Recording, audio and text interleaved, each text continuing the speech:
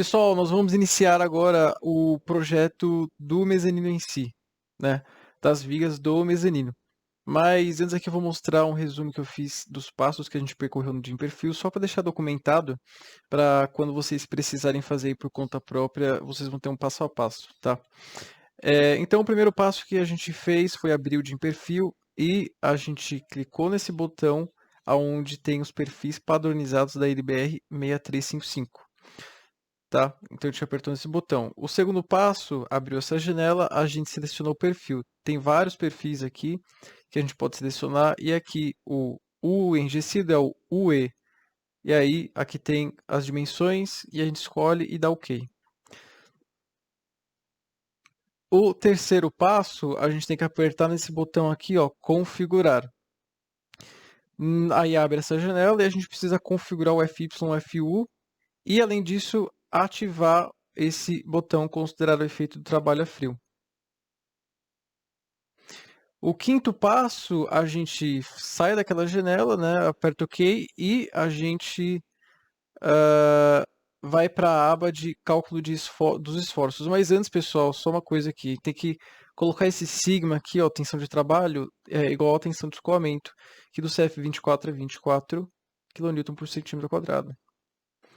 E aí depois a gente vem para essa aba aqui, ó, a gente estava na aba de escolha do perfil, agora a gente vem para essa aba cálculo dos esforços, aonde a gente vai inserir todas essas informações aqui que vocês sabem inserir, vocês sabem inserir por causa das aulas que tiveram, né? Mas que aqui seja outra norma, é o mesmo racional, LX, LY, o LT é o LB, comprimento de comprimento destravado para FLT, né? ND, só observando, axial positiva aqui no Jim Perfil é compressão, negativa é tração. MX, MY, VD, UCB. E aí é só ir na flexão composta, clica em cima de flexão composta, calcular, ele vai falar aqui a porcentagem que está, 74%, está abaixo de 1 está OK, e o memorial está aqui. Você pode apertar em salvar relatório, ele também gera. Tá? Beleza, então a nossa escada está finalizada, ela ficou dessa forma, guarda-corpo, degrau e longarina estão dimensionados, e a gente tem a liberdade ainda de posicionar essa escada onde a gente quiser no mezanino. Né? Vamos supor que a gente não tem restrição, né? Por exemplo, o cliente não falou, eu quero desse jeito. A gente pode colocar da forma que a gente quiser. Então, a gente tem essa liberdade ainda de posicionar a escada entrando no mezanino aqui da forma que a gente quiser. Então, a gente vai fazer isso depois. Agora, a gente terminou a parte da escada. Agora, vamos começar a parte do mezanino, né? Bom, o mezanino, só uma revisão, ele é composto por estas vigas primárias, que são essas maiores aqui, que apoiam as extremidades do painel wall, né? E a gente tem essas vigas secundárias que apoiam as laterais do painel wall, então aqui tem que ter 1,20, né? Porque a largura do painel wall é 1,20 e o comprimento é 2,5. E a gente tem essas vigas terciárias, vamos dizer assim, que apoiam a região central do painel wall. E a gente vai chamar ela de... isso aqui a gente vai usar no dimensionamento, tá? A gente vai chamar essa de primeira, essa de segunda e essa de terceira viga, tá? Só que olha só, a gente vai ter que começar dimensionando a terceira viga. Essa viga que apoia a região central do painel wall. E eu já vou explicar o porquê que a gente tem que começar com ela. E nós vamos adotar um perfil para essa viga. Que nesse caso aqui, nesse exercício, a gente vai utilizar cantoneira. Vamos adotar cantoneira. Então a gente vai utilizar a cantoneira aqui. E qual é o comprimento dessa cantoneira, de cada uma dessas cantoneiras? 1,20, 1,20 m, 1.200 milímetros. Tem uma cantoneira aqui de 1,20, depois tem outra cantoneira aqui de 1,20. Entendeu? Existem várias cantoneiras. 1, 2, 3, 4, 5 cantoneiras aqui em cada linha. Né? Porque aí depois tem essa viga que está aqui no meio. Tá? A cantoneira está conectada nessa viga verde. Entendeu? Então, essa é a menor das vigas aqui que tem de toda a estrutura. Depois tem essa verde que tem 2,5 metros, e depois essa vermelha que tem 6 metros. né? Então a gente tem que começar a dimensionar pela menor delas. Bom, vocês vão entender o motivo. Agora, com relação às cargas que vão estar atuando no mezanino, a gente tem as cargas permanentes e as cargas variáveis, né? Das cargas variáveis, a gente tem que ir lá na NBR 6120, na tabela de cargas variáveis, e encontrar de acordo com a aplicação, né? A gente está com um depósito no shopping, olha aqui, ó, depósito em shopping center. Sobrecarga de 5 kN por metro quadrado. Notem essa unidade, a gente está falando de força por área. É uma pressão ali no piso do painel wall. Lógico que de cima para baixo, orientada para baixo. Então, é uma força por área. A gente vai ter que transformar essa força por área por uma carga uniformemente distribuída na cantoneira, naquela terceira viga. E aí a gente vai aprender a fazer isso. Outra carga permanente que a gente tem no mezanino é o peso próprio do painel wall. Se a gente for no catálogo do fabricante, que no caso aqui eu peguei do fabricante Eternit, a gente tem, ó, assumindo uma espessura do painel wall de 40 milímetros, a gente tem um peso de 32 kg por metro quadrado, seja lá qual for o comprimento dele. Então a gente tem esse peso aqui por metro quadrado, com essa espessura. Esse peso por metro quadrado a gente pode transformar em... aqui está em massa por metro quadrado. Se eu multiplicar isso por 10, sendo a gravidade é igual a 10, a gente encontra o peso. E transformar de newton para quilonewton, a gente encontra quilonewton por metro quadrado. Dá basicamente esse 32 dividido por 100, assumindo gravidade igual a 10. Tá? Aqui não precisa ser tão preciso, jogar a gravidade G igual a 9,8, nada disso, tá? Se quiser, pode também assumir 9,8, mas não há essa necessidade. Gente, a gente tem um painel wall. Vocês lembram que quando eu estava comentando sobre painel wall, ainda a gente teria que ter o piso, o revestimento, etc. Aqui, para facilitar um pouco, vamos considerar aqui sem o peso próprio do piso, tá? Mas na prática, se tivesse o piso, basta você ir no catálogo do piso que você for utilizar e encontrar esse peso por metro quadrado e vai ser mais uma carga permanente que você vai ter que adicionar ali, tá? É o mesmo racional. Aqui vamos considerar que só tem um painel wall ali, que inclusive não vai fazer tanta assim diferença nas cargas ali nas vigas, tá? Um piso a mais ali. Então tá, a gente tem mais essa carga permanente do peso próprio do painel wall e a gente tem a carga permanente do peso próprio da estrutura metálica, que seria da cantoneira. Se a gente for no catálogo aqui das cantoneiras, eu assumi de primeira uma cantoneira de 3 polegadas por 3,16 avos. Tá?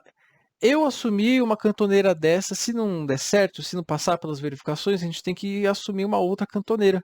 Colocar uma outra cantoneira um pouco maior, ou se ficar muito superdimensionado, a gente coloca uma menor, entendeu? Então é assim que tem que fazer, tem que pegar uma primeiro ali do catálogo que você acha que vai ser.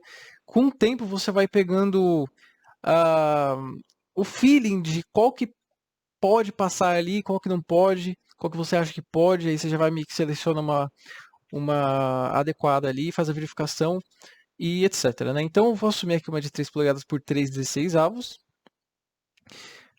E ela tem um peso por metro de 5,52. Aqui já está linearizado, tá? Observem essa palavra, eu sempre vou utilizar ela. A gente tem que linearizar as cargas. Aqui já está linearizado, ou seja, já está em quilograma por metro. Basta a gente transformar em quilonewton por metro, né? Que é dividir isso aqui por 100, que dá 0,0552 kN por metro. Se vocês têm dúvida de como faz essa transformação, eu já fiz antes com detalhes, tá? Primeiro você tem que transformar em peso e depois transformar nessa unidade aqui, de peso por metro, tá? Considerando a gravidade igual a 10. Bom, olha só, agora eu preciso que vocês entendam muito bem uma coisa. O racional que a gente vai usar por trás de como que a gente vai distribuir as cargas nas vigas. Esse racional é um deles, existe um outro, só que esse aqui é um mais preciso, tá? A gente vai pensar da seguinte forma. Essas vigas menorzinhas, que estão em azul, que são as nossas cantoneiras, elas descarregam a carga delas nas vigas verdes, que por sua vez descarregam nas vigas vermelhas. Então, olha só, a viga 3, que é a viga menorzinha, que é a cantoneira, que é a primeira que a gente vai dimensionar, recebe a carga, né, recebe aquela carga que a gente está calculando, da sobrecarga e do peso próprio, do painel all e do peso próprio dela mesma, e descarrega na viga 2. A viga 2 é a verde, tá? Então, a azul descarrega na verde. E aí, então, por exemplo, ó, nesse ponto aqui, ó, descarrega a carga na verde. Nesse ponto aqui também. Nesse aqui também. E a viga 2 recebe a carga da viga 3, tá? A verde recebe a carga da azul e descarrega na vermelha, que é a viga 1. Tá? Então, por exemplo, nesse ponto, nesse ponto, nesse ponto. Então, esse é o racional. Vocês vão entender como que a gente vai transformar isso em carga depois. Bom, se esse é o racional por trás disso, isso significa que não dá para a gente começar a dimensionar a vermelha, porque a vermelha recebe carga da verde. E aí, como que a gente vai saber qual é essa carga? Aí tem que dimensionar a verde. Ah, mas a verde recebe a carga da azul. E quanto que é essa carga que ela recebe da azul? Não sei, então tem que começar com a azul que não recebe carga de ninguém. Então a gente tem que começar com a viga 3, depois vai para a viga 2, depois vai para a viga 1. É assim. Tá? Então por isso que a gente vai começar com a cantoneira.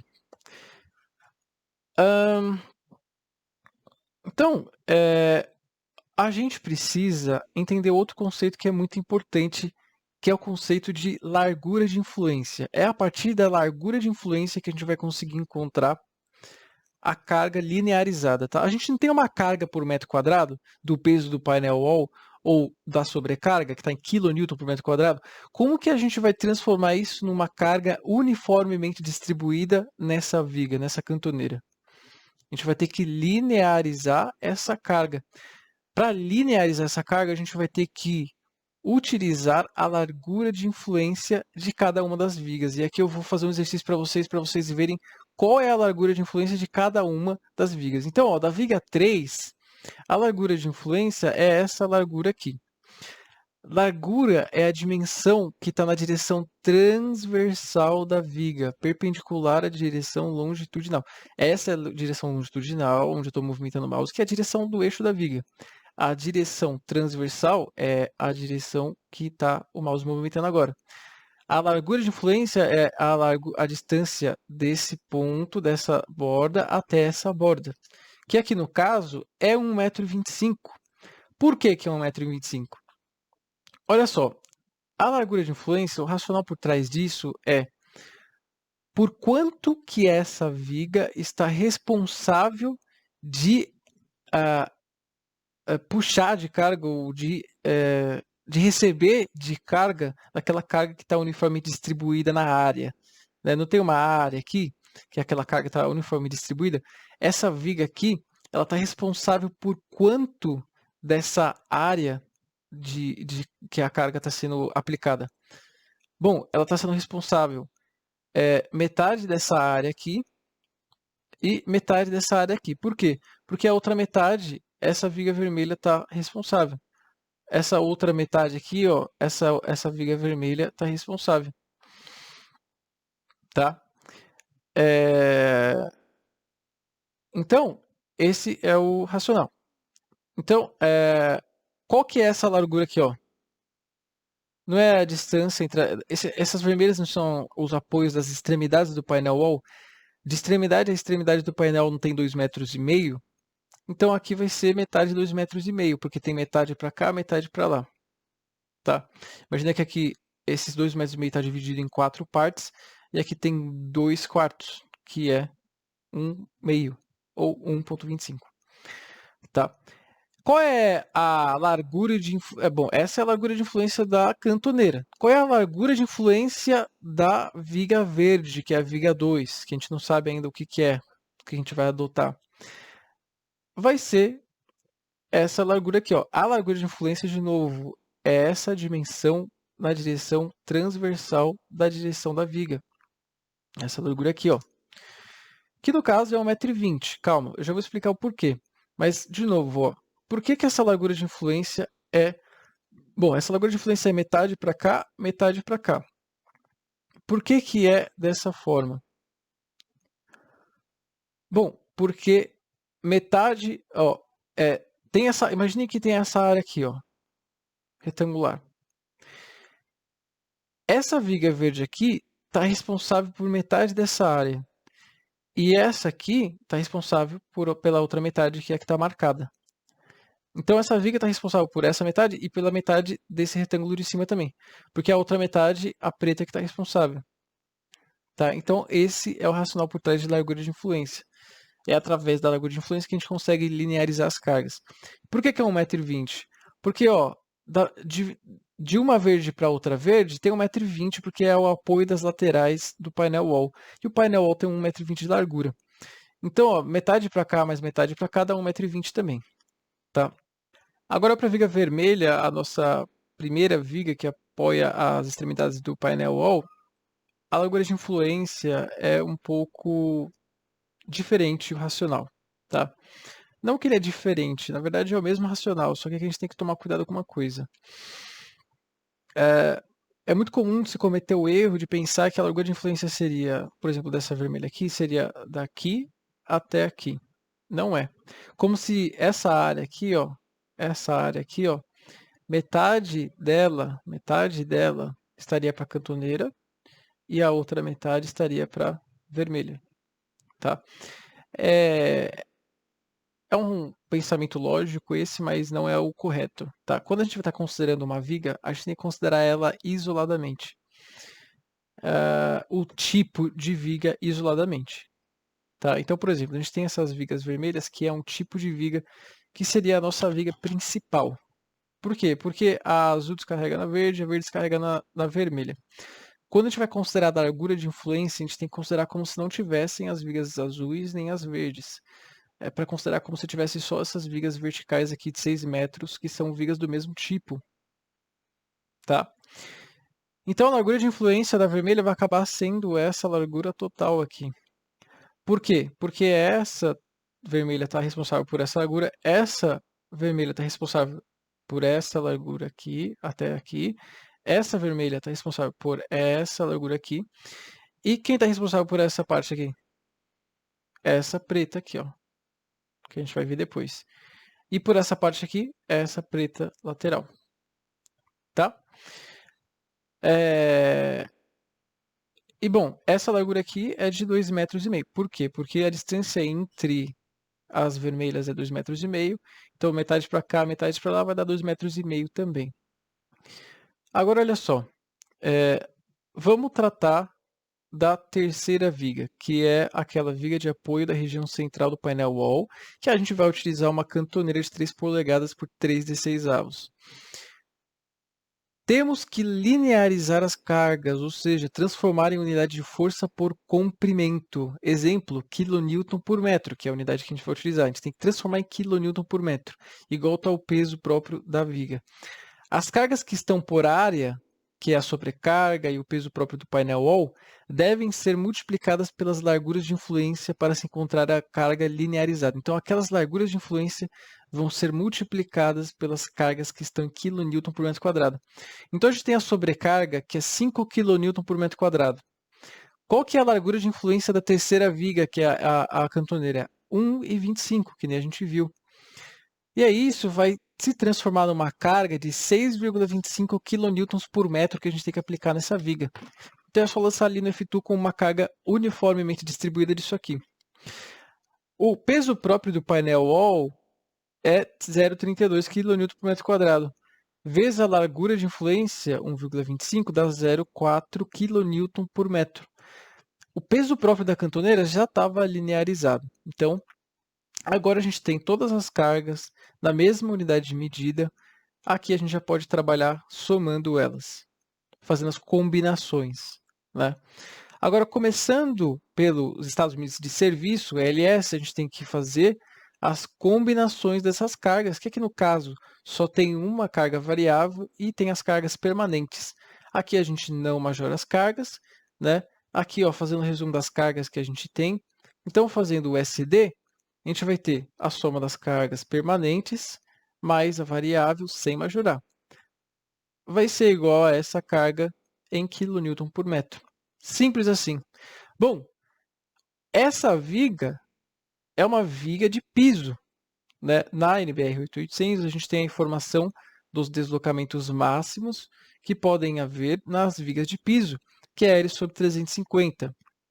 Qual que é o comprimento dessa cantoneira? Não é 1,20 m ou 120 centímetros? Então, L sobre 350 dá 3,43 milímetros. Se a gente jogar lá no F2, observação importante, olha as ligações das extremidades dessa cantoneira. Tá? Então, eu assumi que as extremidades dessa cantoneira vão estar articuladas. Tá? Não se preocupem com as ligações, porque agora a gente só está tratando das vigas. Então, de alguma forma, eu articulei as extremidades dessa cantoneira, na ligação entre a cantoneira e a viga 2. Tá? Bom, lançando lá no F2, para lançar a viga, a cantoneira, a gente tem que lançar com perfil genérico e colocar o momento de inércia, a área da seção transversal, e enfim, tem que colocar aqueles parâmetros ali de acordo com o catálogo. Vincula as extremidades, joga um aço com 200 gigapascal de módulo de Young, né? Não esquece de alterar porque ele vem com 100, e lança essa carga uniformemente distribuída e pede para calcular as reações de apoio. Isso é importante. Por quê? Porque essas reações de apoio não são reações que vão, são cargas que vão para outra viga, a viga 2, que é aquele racional que eu falei. A viga 3 descarrega na viga 2, essa é a carga que está sendo descarregada na viga 2. E aí depois a viga 2 descarrega na viga 3, na viga 1, quer dizer. Entendeu? Então a gente tem que saber as reações de apoio para lançar depois na viga 2, como carga pontual. Tá? Então, pedindo no F2 para ele traçar para a gente o deslocamento vertical, a gente encontra aqui 2,26 milímetros. Tá? O máximo era 3,43, que é maior do que esse encontrado, então tá ok. Passou nos estados limites de serviço. Agora, nos estados limites últimos, nós fazemos as combinações majorando as cargas. Bom, a gente tem aqui as cargas de novo. E agora presta atenção, pessoal. Olha os fatores de majoração. 1,4 vezes 0,40. Quem é o 0,40? É o peso próprio do painel wall. Eu majorei com 1,4. Na tabela 1 da NBR 8800, a gente tem a coluna peso próprio de elementos construtivos industrializados com adições em loco. É o caso do painel wall. Ele é um elemento construtivo industrializado com adição em loco. Então, a gente tem que majorar em 1,4. Aqui é o peso próprio da cantoneira, é o peso próprio de estrutura metálica, é 1,25. Aqui é o 1,5, que é para ações variáveis, demais ações variáveis, incluindo as decorrentes de uso e ocupação. Tá? Majorando tudo dá 10 kN por metro. Basta a gente pegar a nossa cantoneira, lançar com a carga majorada, extrair o momento fletor que está dando o máximo aqui no centro, extrair a cortante que está dando o máximo nas extremidades, 6 kN. E agora vem uma coisa bem interessante. Na NBR 8800, a gente não tem a informação de como que se deve dimensionar uma cantoneira submetida a esforço de flexão e cortante. Então, quando acontece isso, a gente tem que recorrer a fontes externas, né? E aí, uma dessas fontes externas é a AISC 360. Uma vez eu já mostrei um dimensionamento para vocês utilizando o Eurocódigo, né, que era para cantoneira com um furo submetida a tração. Lembra? Qual que era a tensão resistente ali no furo? A gente usou o Eurocódigo. Aqui, no caso, a gente vai utilizar a AISC 360, que seria a NBR 8800 dos Estados Unidos, né? Specification for Structural Steel Buildings. Então a AISC em si é o American Institute of Steel Construction, tá? E aí tem a AISC 360, que é tipo a NBR 8800. Ela é muito mais completa, ela tem aí quase 700 páginas. E a NBR 8800 é uma cópia dessa, é um resumo, na verdade, né? Para dizer melhor, dessas normas externas, como o Eurocódigo 3 e AISC 360. Bom, lá então a gente consegue extrair como que a gente dimensiona, quer dizer, como que a gente calcula o momento fletor resistente da cantoneira, ou a força cortante resistente, tá? Vamos lá. Gente, antes de eu passar os slides aqui para vocês, mostrando como que foi feito os cálculos, aqui mostrando alguns prints que eu fui tirando da norma e tal, eu vou mostrar para vocês na norma aonde que estão essas informações para vocês também aprender a buscar na norma as informações e não depender desses slides aqui. Às vezes vocês vão ter que buscar informações diferentes da norma, então já vamos aprender um pouco sobre essa norma também. Bom, vou abrir aqui a norma para mostrar aonde que está cada informação dessa. Então aqui a gente tem essa norma da AISC, a última atualização dela ela é de 2016, só que ela teve uma revisão em 2019. É uma revisão bem recente, né? E aqui a gente tem os capítulos, que é numerado em letras, A, B, C, D, etc. E aí, ó, no capítulo D, começa o Design of Members for Tension, que seria o projeto de membros ou barras submetidas a tração, depois compressão, depois flexão, flexure seria flexão, e depois cortante, que seria shear em inglês, tá? Shear é cortante. Então o que nos interessa aqui, ó, a nossa cantoneira ela está submetida a flexão e cortante, não tem força axial na cantoneira. Então o que nos interessa seria esse capítulo aqui, ó, Members for Flexure e Members for Shear. Tá, então vamos dar uma olhada aqui. Members for Flexure, página 44. Eu vou ter que ir lá pela página 100. Aí, ó, fui para a página 42. Capítulo F, projeto de membros submetidos à flexão. Aí tem algumas coisas aqui, se vocês quiserem, interessante dar uma lida. E aí lembra lá no começo do curso que a gente aprendeu que existem dois métodos de considerar o coeficiente de segurança, que é o LRFD e o ASD. O ASD é aquele método determinístico que a gente utiliza muito na faculdade, que basta a gente pegar, por exemplo, o limite de escoamento e dividir por 1,67, aqui no caso. Já no método LRFD a gente majora as cargas e minora as resistências. Esse seria o coeficiente de minoração da resistência. Só que você está vendo que é 0,90? A gente não utiliza o 1,1, que é o nosso gama1, é porque na nossa norma a gente divide a resistência por um fator, que no nosso caso é 1,1. Aqui ele multiplica a resistência por um fator, que é esse φB, que é o 0,9, que é equivalente a dividir por 1,1. Porque, olha só, 1 dividido por 1,1 dá 0,9. Tá? Então, multiplicar por 0,9 uma coisa é a mesma coisa que dividir por 1,1. Tá? Então é equivalente. A gente não vai usar essa nomenclatura aqui deles, a gente vai usar a nossa nomenclatura porque a gente já está mais acostumado. Em vez de multiplicar, a gente vai dividir mesmo pelo gama1. O MN é um momento fletor resistente nominal. E o φB vezes o MN seria o momento fletor resistente de cálculo, que é o Design Flexure Strength, em inglês. Tá? Então, como que a gente calcula o MN? Aí, olha que interessante, aqui tem o CB, ó, igualzinho o que a gente aprendeu a calcular. A nossa norma é muito parecida.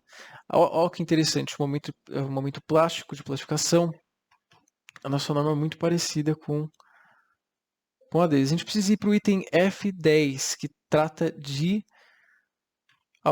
F10 trata de single angles, que seria cantoneira em inglês de abas iguais. Não necessariamente de abas iguais, né? Aqui single angles é só uma cantoneira que não necessariamente seria de abas iguais. E aí tem todo um texto aqui, e olha só. Yielding, que seria escoamento em inglês. E aí a gente tem um MN, que seria um momento fletor resistente nominal, que é 1,5 vezes o FY aqui, né? Que seria o limite de escoamento.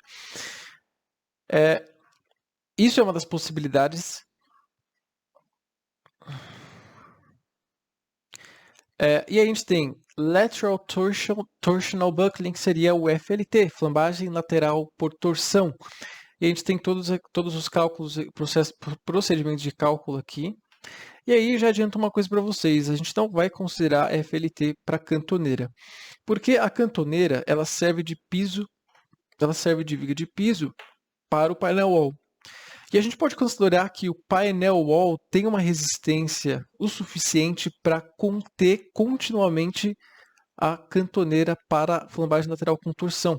É uma contenção contínua, então a gente não tem risco de FLT para cantoneira, então a gente não precisa considerar.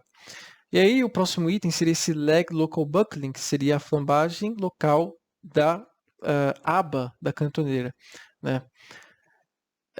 Então, quando a cantoneira é submetida à flexão, uma das abas está submetida à compressão e a outra está submetida à tração. A que está submetida à compressão pode flambar.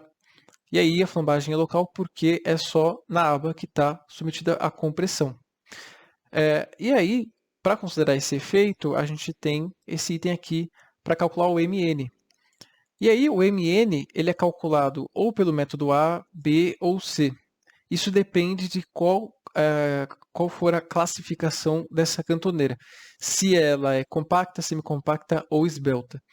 Compacta seria compact. Semicompacta ele chama de non-compact. E esbelta seria slender em inglês. Tá? Como que a gente faz para saber se é compacta, semicompacta ou esbelta? Aí a gente vai precisar utilizar uma tabela aqui da norma. Tá? Mas adiantando aqui, se for compacta, leg local buckling não se aplica. Ó. The limit state of leg local buckling does not apply. Não se aplica. Então a gente teria que utilizar realmente a equação de escoamento da seção bruta, que é a do item 1, que é mais simples. Se der equação B, é essa equação aqui que é muito simples de utilizar. Vocês vão ver depois. Se der equação C, aí a gente utiliza essa outra equação aqui. Então a gente precisa descobrir qual das equações a gente vai utilizar. Para isso a gente vai utilizar uma tabela, table, deixa eu ver aqui no slide, B4.1.B, ou só B. Essa tabela aqui, ó, que está na página 76, olha só, é muito semelhante ao que a gente já está acostumado a fazer. Tem uma coluna aqui onde se calcula o lambda P ou lambda R. Olha o lambda P e o lambda R. 0,38 E sobre FY, 0,95 KC sobre FL. Aqui já é diferente, né? Mas olha esses aqui, ó. E sobre FY, E sobre FY. É igualzinho que a gente viu lá, é muito parecido. É um fator multiplicado pela raiz de E sobre FY. Qual que é a linha que trata de cantoneira? Seria essa linha aqui, ó. Legs of single angles. E aí, ó, quem é B? É o nosso BF, ó. Se a gente for no catálogo de cantoneira, tabela de perfis laminados. O BF desse catálogo seria justamente o nosso B, que a gente vai utilizar no cálculo aqui, ó, seria o B. E o T, que é a espessura da aba, é o TF do catálogo, ó, TF do catálogo. Então fica BF sobre TF. Tá, então a gente precisa calcular esse B sobre T, que é o BF sobre TF, e comparar com lambda P e comparar com lambda R. E ver se for menor que lambda P, a equação A, se for entre lambda P e lambda R, equação B, e se for maior que lambda R, equação C. Ele até explica aqui, ó, o lambda P é o limite entre seção compacta e não compact, seria semicompacta. O lambda R é o limite entre non-compact, que seria semicompacta, e slender, que seria esbelta. Tá? Então, é simples assim. Então, para flexão é isso. E para barras submetidas a shear force, que seria a força cortante, Aí a gente tem que ir nesse capítulo G. E aí no capítulo G, Single Angles and T's, G3, página 74, tem o que a gente precisa. Então vamos lá, ó. G, tá lá pela página 70 e tá longe. 130, aí ó. Capítulo G. E a mesma coisa, ó, a gente precisa calcular esse Vn, que é a força cortante nominal, e depois multiplicar pelo φV, que é o 0,90, ou dividir por 1,1, que está na mesma. E aí a gente encontra o Design Shear Strength, que seria a força cortante resistente. E aí, ó, para calcular, deixa eu ir lá no item que fala de Single Angle, que seria a cantoneira. Single Angles and T's. Aí, ó, o Vn é calculado por essa expressão. 0,60 Fy, que é o limite de escoamento, B, que é o BF, T é o TF e CV2. Quem é o CV2? CV2 é o Web Shear Buckling Strength Coefficient, definido em G2.2, com H sobre TW igual a B sobre T. Então, lá no G2.2, a gente tem que ver esse H sobre TW interpretar como B sobre T, que é o BF sobre TF. E o KV considerar 1,2. Então, vamos lá na seção G2.2. G2.2 está mais para cima. Aqui, ó. O G2.2 seria esse aqui. Mais aqui para baixo, ó. The Web Shear Buckling Coefficient is determined as follows.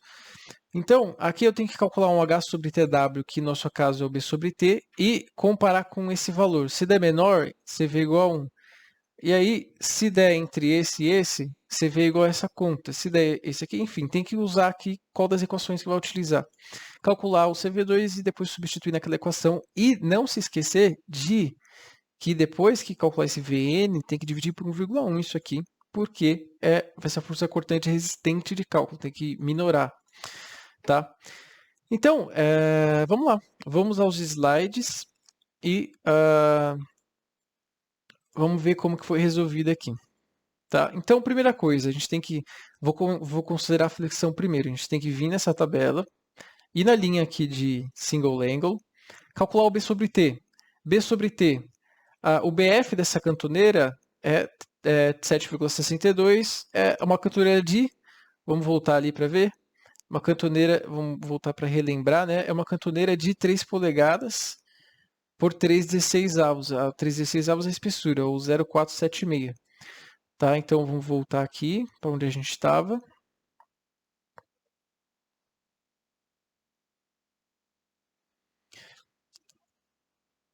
Aí, ó, fica 7,62, 0,476, dá 16.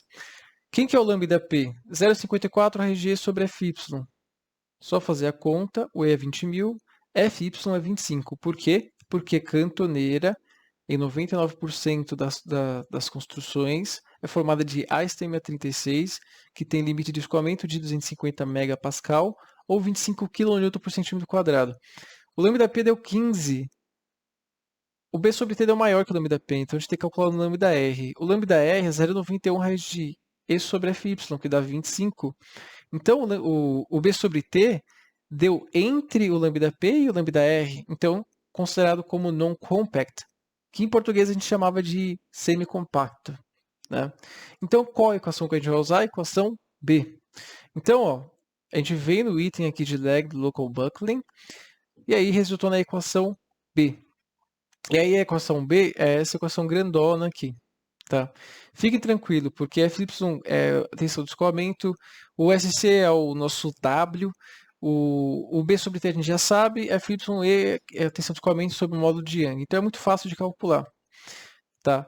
Então a gente vai usar essa equação, porque olha aqui, ó, for sections with non-compact legs, por isso que a gente vai usar essa equação, porque nossa cantoneira deu non-compact. E aí, ó, aplicando a equação, vai ser o seguinte, ó. Aqui eu traduzi, ó, a equação para a nossa linguagem que a gente conhece da NBR 8800. Então, MRD, que é o momento fletor resistente de cálculo, é tudo isso aqui dividido pelo gama 1. Então, ó, FY, o SC é o nosso W, tá? Qual o W que a gente vai utilizar? É o W com relação ao eixo que a cantoneira está sendo submetida à flexão, que é o WX. Só que o WX é igual ao WY da cantoneira. Lembrando que o W é o momento de inércia sobre o C, que é aquela maior distância da linha neutra até a fibra mais externa. Tá? Bom, o B sobre T, beleza, é o BF sobre TF, né? O FY, E. Basta substituir, ó, FY25, o W, pega lá no catálogo dessa cantoneira, é WX, é 7,21. O B sobre T a gente já calculou, dá 16. O FY de novo, 25 e 20 mil. E aí, resultando em dividido por 1,1, resultando em 238 kNm². Quanto que a gente tinha de solicitante? 180. Então, o solicitante está menor que o resistente, então está ok, passou na verificação de flexão. Agora, com relação à força cortante resistente de cálculo, como a gente viu, a gente vai utilizar esse item da norma G.3, Single Angles and T's. E aí, a força cortante resistente nominal é essa, e a gente tem que dividir por 1,1. E aí, de novo, CV2 ele é calculado de acordo com o item G2.2, considerando H sobre TW, o B sobre T, que é o nosso 16, e o KV igual a 1,2. Então, vamos lá. Item G2.2 tem essas três equações, 1, 2 e 3, que a gente tem que escolher dependendo do valor de B sobre T e comparar com esse valor aqui. Tá? Então, vamos lá. Quanto que é o H sobre TW? É o B sobre T, que é o 16. 16,008. E aí, fazendo a conta desse 1,1 kV E sobre FY, ó, 1,1 kV E sobre FY, considerando o kV igual a 1,2, que é o que ele pediu, a gente conta 34, ou seja, já deu 16 menor que 34, então equação 1, CV igual a 1, simples assim. Então, CV igual a 1, e aí basta a gente pegar essa equação aqui e utilizar o CV igual a 1. Só que não esqueça de dividir por gama A1. Então, a força resistente de cálculo, a força cortante resistente de cálculo, VRD, é igual a tudo isso aqui dividido pelo gama 1. E aí, ó, 0,6, 25 que é o FY, o B que é o BF da cantoneira, o T que é o TF, CV2 que é 1 e gama 1 que é 1,1. Resultando em 49, que é maior do que a solicitante, que é 6 kN. Então, tá ok. Então, a gente acabou de terminar de fazer as verificações quanto aos estados limites últimos dessa cantoneira e passou tudo ok. E também quanto aos estados limites de serviço e também passou. Agora, a gente já pode começar o dimensionamento da viga 2, porque a gente já sabe as reações de apoio da cantoneira e a gente vai utilizar essas reações de apoio como cargas pontuais na viga 2.